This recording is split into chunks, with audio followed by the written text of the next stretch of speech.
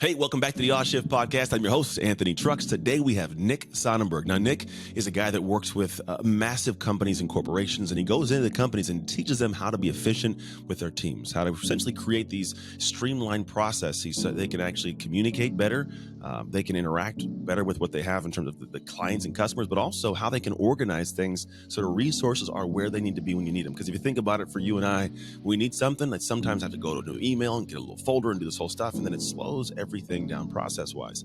But if you want to learn how to do that, he has a new book. It's out now. It's called Come Up for Air. Today we talk about that book, what's in the book, but also the benefits it applies to your life, your team. So if you're a part of an organization, you run an organization, no matter what it is, this book is a phenomenal resource for you to understand how to be more efficient, more effective, and be able to free up your life to not have to feel like you're being bogged down every day with just tasks and work consuming your entire life. So grab the book, but also tune in the episode. Let's hop into it now.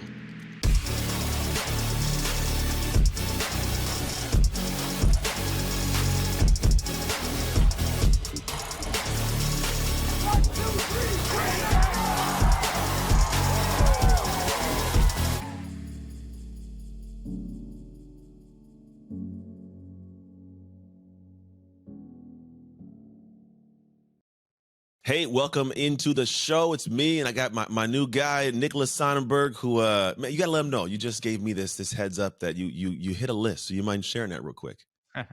Yeah, we just found out literally an hour ago. My book, Come Up for Air, just came out February 7th. We got the news that we hit Wall Street Journal bestseller for the week. We were number 3 for business books, so that was really exciting. You get this right here.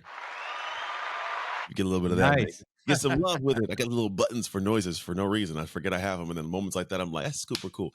Because you guys don't grasp how much goes into making that happen, not just from the writing of the book, but like getting into the world.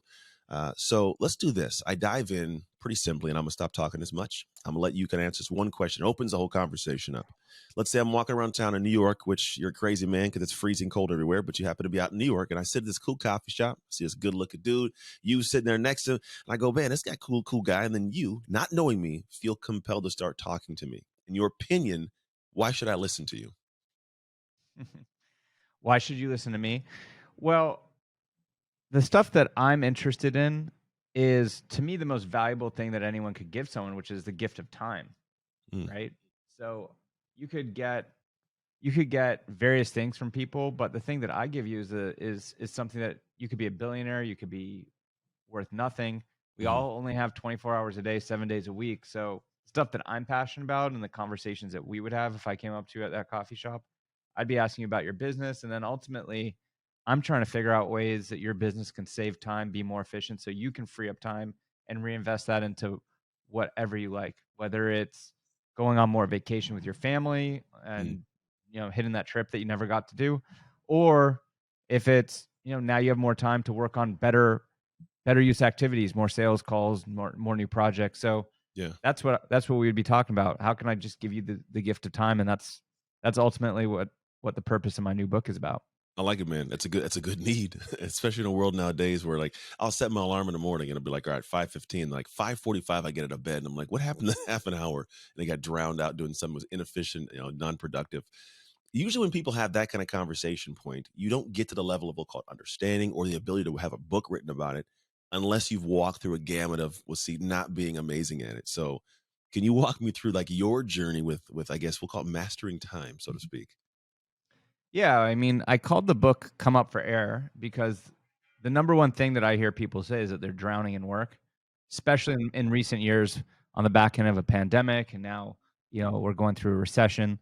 And, I've personally know what it feels like I've been there before. I've drowned in work for a long time. And so everything that I talk about is not from theory or do as I say, not as I do.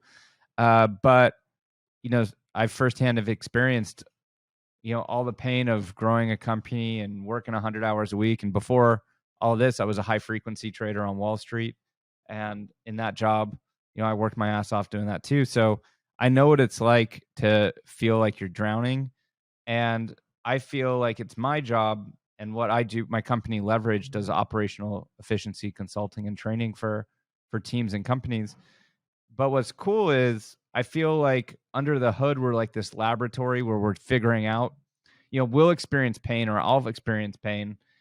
And one thing that I've done well with is I've trained myself. If I do anything more than once that I don't like doing, that's not in my unique ability, I'm programmed to start thinking, how do I never have to do this again? And then the engineer in me kicks in. And it's like, what can I do to never have to do this again? And then, we'll start brainstorming with the team. It could be a new technology. It could be a new way that we use that technology. It could be nothing to do with technology. But for me, time is the most precious resource. And it's so easy to fall into the trap of just continuing to do things in a suboptimal, inefficient way because you're just used to doing it in certain ways. And so I don't even remember your question at this point because I just Okay. remember. I think the thing was, how'd you get to this point, right? What'd you go through? It's a perfect answer. You have the same navigating point. I like to let people unfold because that's one where I want people to hear like this is a guy you should listen to, right? Some people can just go, I'm gonna write a book and it's gonna be a book, but you have to have been through that journey. But I do know some people have this as a badge of honor, like those who walk that walk, right? Like some people go, man, I'm out here killing. I got this and this and this, and then some point in time, it's not that beneficial. How do you balance that, or how does somebody know they should be taking a look at that? So how I got here, I'll answer that one because I forgot that. So I've always been passionate about time. As a high frequency trader, I'm literally building algorithms, coding computers to trade stocks at micro and nanosecond speeds, fully automated. So I've always been conditioned to kind of look at things, in an automated way. Yeah. I gained an appreciation for the value of time because literally a microsecond could mean millions. And eventually I got into startups and I decided to leave finance after 8 years. And I developed a freelancer marketplace, and we were doing tasks and projects for people, still under this umbrella of giving back time. How can you outsource stuff? And we grew really quickly. We grew too quickly, frankly. And in the first year, we grew to 7 figures of revenue with 150 team members, fully remote. And that all sounds cool and impressive, but under the hood, we had $750,000 of debt, almost $500,000 in losses, and our org chart was just 2 of us. I was non-people facing, and he was people facing. So we grew too quickly, and we had all these issues. And one day we're having coffee, and he taps me on the shoulder, and he tells me he's out. Not in 2 weeks, not in 2 days. He's literally out in like 2 minutes. Wow. And I have to like pinch myself kind of because I think this can't be real. Because we had all these issues under the hood. And in the coming months, we lose 40% of revenue. I'm cashing out my 401k. My dad's taking a second on his house to loan the company money for payroll. Bank accounts are getting frozen. Yeah. You think it's bad to move into your parents' basement, try driving them to the bank and signing loan documents. So I get what it's like to drown in work. I literally was as close to bankruptcy as possible, but I decided not to bankrupt the company because I knew where we were messing up. I had a game plan for how to fix it. And so I decided to stick it out. And then quite quickly, things started turning around when I started focusing on kind of these 3 buckets that I could tell we were really struggling with. We were struggling with how we communicated. There's way too many messages all over the place. It was taking a lot of time. No, but this is everybody, not just the 2 of you, right? No, like just in the team, like with 150 people, there's nonstop messages. Clients were messaging, and we didn't have a good strategy with how to handle the volume of messages, where to do it, how to best use stuff. And then I knew that we needed to plan better. We had tasks and projects that weren't well organized. I couldn't just ask someone. I couldn't click a button and answer a basic question like, what do I need to do today?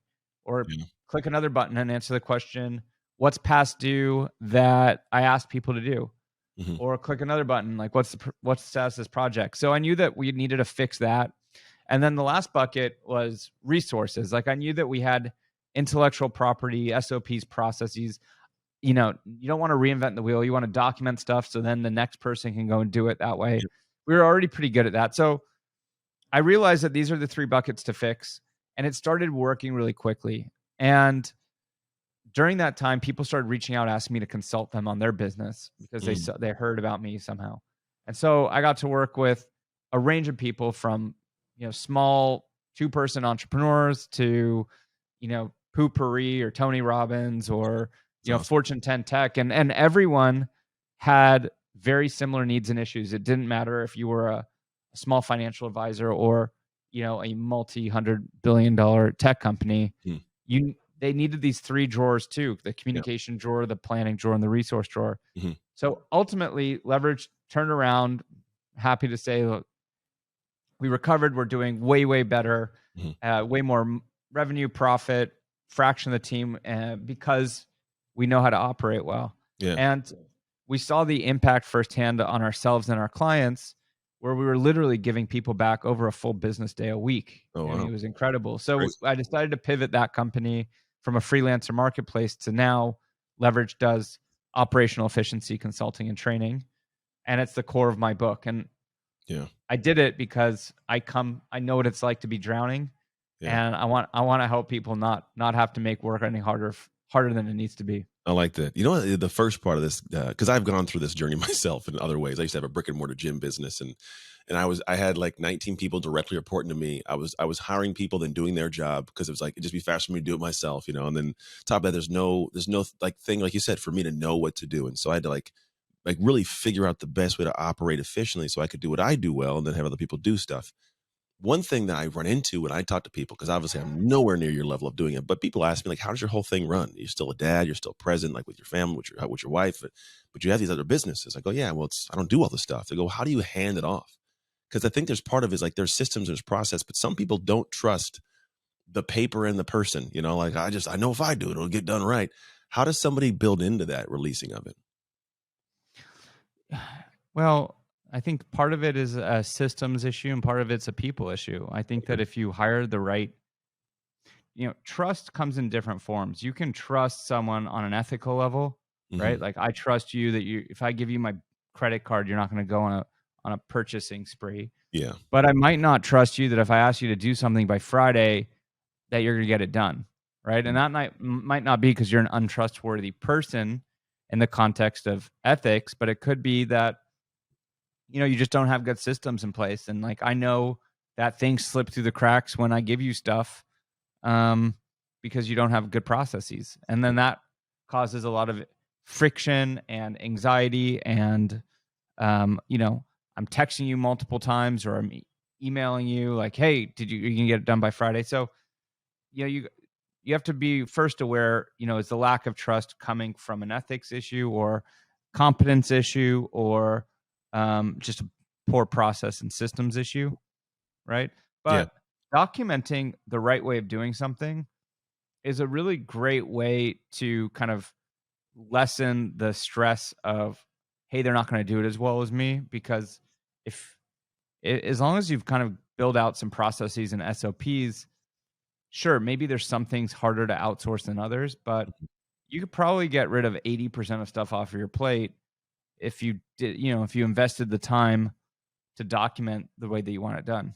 Yeah, I'd agree, man. I just recently brought on a VA. It's just for portions of the podcast for some content creation, posting type stuff. And it took me probably a good 4 or 5 hours to sit down and like document or do like screen records or like looms and like all these little things to get things done. However, since I've onboarded her, like I haven't had to think about it. It took me 5 hours and I got back all this extra time. And I think that's probably the pocket of what you're talking about. But also there's other benefits, right? Go ahead.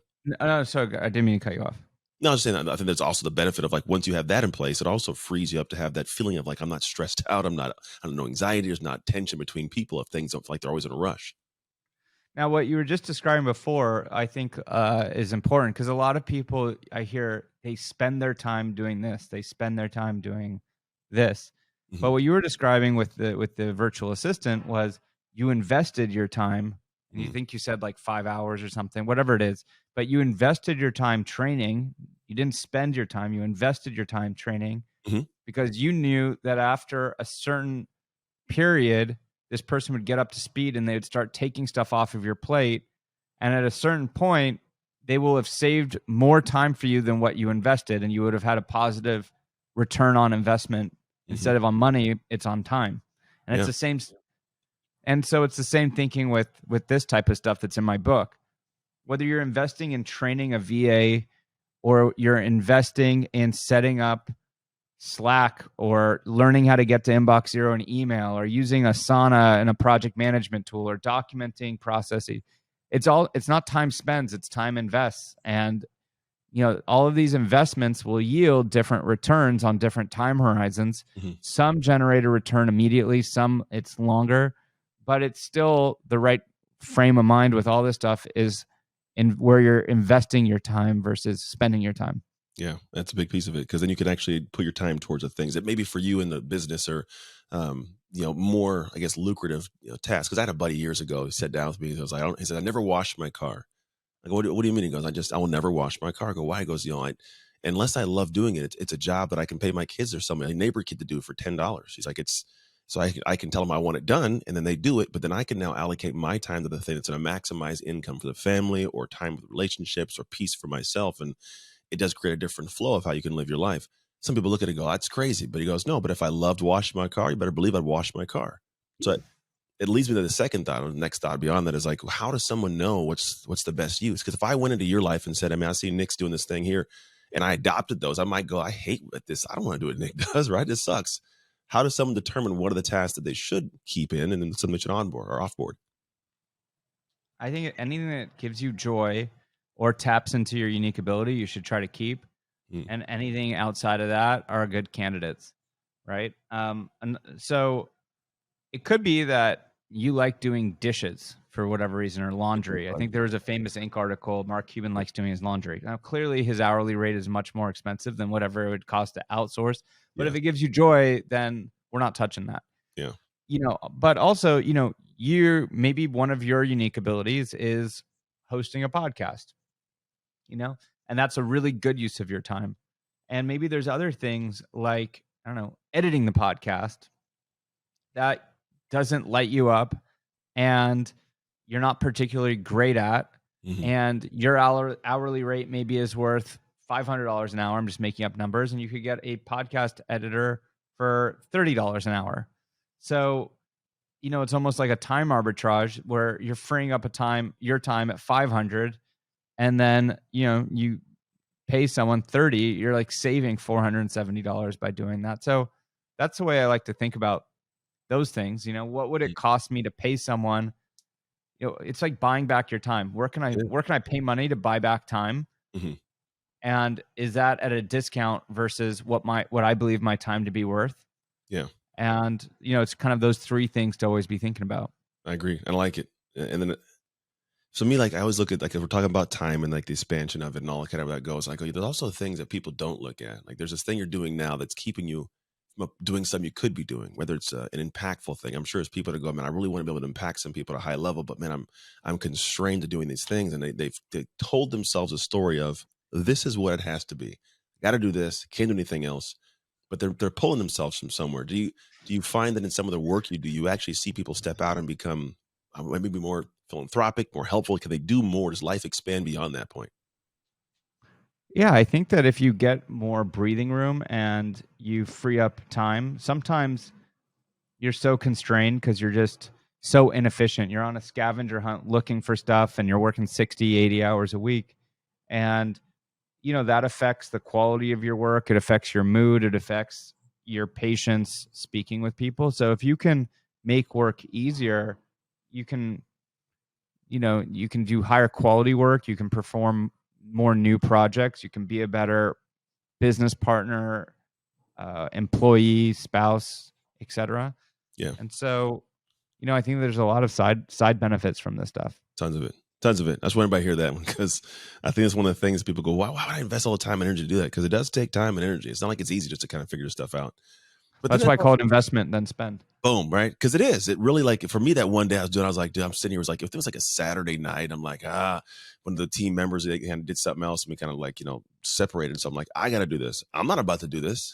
It would take me away from all other stuff I got to get done. So I haven't to do it, but it was a great investment. Now, in the world of what you do, obviously, this isn't the first book that has to do with, you'll call it productivity or efficiency. What are some things that you've seen people have, like, in their practices throughout the last few years, maybe that have been done, that you go, man, this one keeps being talked about, but this really isn't as good as people think? And what are a couple you see could be replacements or things that people aren't thinking of that maybe the book has as solutions? So the first question was, what are things that a lot of people harp on for productivity tricks that I might not Yeah, that you think are kind of think like are so great. not as great as they sound. Hmm. I don't know. Like, what are a couple that you do that maybe we can use as Here's a one. launching point? I think it depends. I use it, but I think time blocking is one I talk to. I actually do this, but I think the problem is people don't do the extra level of like, okay, what kind of blocks you gonna put in the block? Like, if you got a Lego block, like a little foundation piece, a bunch of little Yeah, squares, like I could put I some think on. I think that there's some personal preference with some of the individual productivity stuff. You know, Mhm. I do think that there's probably something in general with time blocking, but you know, the counter to time blocking could be, I don't know, you're running a business and you are you're desperate for sales. Mhm. You know, do you really want to block your calendar for thinking time that now someone can't use your scheduling link to book like a sales call during that? Yeah. So, Mm. but I do believe in general that you do it is hard when you have like back to back to back calls to get any deep work done. Mhm. You know, some people like on an individual productivity level, they like to theme their days. I do that. Some people, I mean, here's one. I think that you'll read a lot the benefit of kind of waking up early and, you know, having like a morning routine and like doing the best work in the morning hours. And I do, I'm that person, but I do think that that's more of an individual thing. Like some people might get the best work done, you know, at from 8 o'clock at night till midnight. That's my wife. So yeah, so you know, I do think that, you know, a morning routine where you get the best. I think it's more just be aware of where your brain's gonna have highest horsepower and work around that. It's a good one. I like that because you do always. I I, mean, the thing everybody got to get up early, and there is one of those things where like I do. I actually like that. I do get up early. I do well, but then my wife's up to like one Same. o'clock. I don't know what she just is a monster at that time.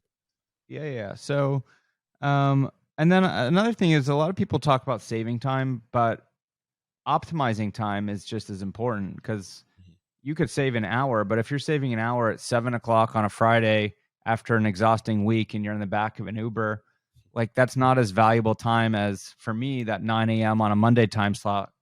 That's prime time. You Yeah. know, like Mhm. that's I've just had my relaxing weekend. I woke up early, worked out, had a coffee. My brain's firing on all cylinders at that point. Like what I can Mhm. get done in that time slot is like 5 hours, you know, later in the afternoon. So it's not just about saving time, it's about optimizing time. But I think Mhm. what my book talks about that's different is there's a lot of books about individual productivity. Some of the classics would be like David Allen, Getting Things Done, or Yeah. Tim Ferriss at the 4 Hour Work Week. Mhm. What I'm all about and what's unique with Come Up for Air, my new book, is it's about how a team can be productive. And that's a much more complicated issue, Yeah. but we're living in a world now where it's more important than ever to collaborate well as a team. Mhm. And there's all these new technologies and collaboration tools available, and no one's ever been taught best practices with when and how to think about using At all. Slack versus Asana versus Gmail versus Microsoft Teams Yeah. versus Notion. And so that's what my book's about. It lays all that out. And the underlying principle with all of it is how do you create systems and processes to optimize to retrieve whatever you need to find as fast as possible. Mm. And so that's what I'm all about. That's what I really discovered through all of our experience working with clients is a lot of people are optimizing to just transfer stuff as fast as possible and they think that that's being productive. It's like this game of hot potato. Just Mhm. take it, you know, and that could be here's a text and later here's an email and then later here's a group Slack. And it just creates this massive scavenger hunt. And really, the name of the game is not to really optimize to just transfer stuff off your plate as fast as possible. It's to retrieve stuff. Mm. And so take your personal life, for example. When you do your laundry, the fastest way to be done with your laundry would be you take stuff out of the dryer and you throw it all into one drawer, right? You transfer it from dryer to one drawer. Yeah. But you don't do that. In your personal life, you spend an extra minute, you separate your socks in one drawer, your underwear in another drawer, and you do that not because it's the fastest way to finish that task, but because tomorrow you're looking ahead. Tomorrow you need to put an outfit together. It's going to be 5 times faster to put together that outfit because you know where to retrieve everything you're looking to retrieve from each drawer. And it's Mhm. the same thing in business. You got different drawers, different information in those drawers. Your team needs to be aligned on what goes in what drawer and then how those drawers work. And Mhm. then you can easily save over a business day a week. That's awesome. You just like hitting like a point of my life. My wife just the other day, I think 2 days ago, was like, because she'll get the laundry, she'll do it all, and she just throws it on the floor next to my bed, and I just look at it for a week, and then eventually I need something, and it's in the pile. I'm like, I gotta like fold it. So I'll get up on the bed and I'll fold it all and put it away. But once it's put away, I feel like light. Like I feel like I know where it's at. I can operate, get things done, and so I totally get that. But that there's like a pain in my brain the thought of organizing and folding and putting things away. How do you get the team over that? Like, I'm sure some people go like, I'm on this, and some people go like, oh, I don't have to think about organizing, labeling, and naming it. Yeah, it just got to come from the top down. This has got to be part of your culture, Hmm. and you got to just do one thing at a time. Don't try to fix everything all at once. Hmm. Different different different parts of your business have different amounts of return on time, Hmm. like we were talking before. So it might be that teaching everyone how to use email properly and teaching them how to get to inbox zero, maybe that takes a week, and that's going to save everyone 3 hours a week. So that's a good one. Like, start there, maybe, if that's where the highest leverage point is. Yeah. Maybe rolling out Asana is going to take a month, but then after that, people will save 4 hours a week. I don't know. So just prioritize it so that you do one thing at a time. You start seeing the benefit, and then you get a little bit of breathing room, and then you reinvest that freed up space into the next thing. And before you know it, you save 30 minutes a week here, an hour a week there.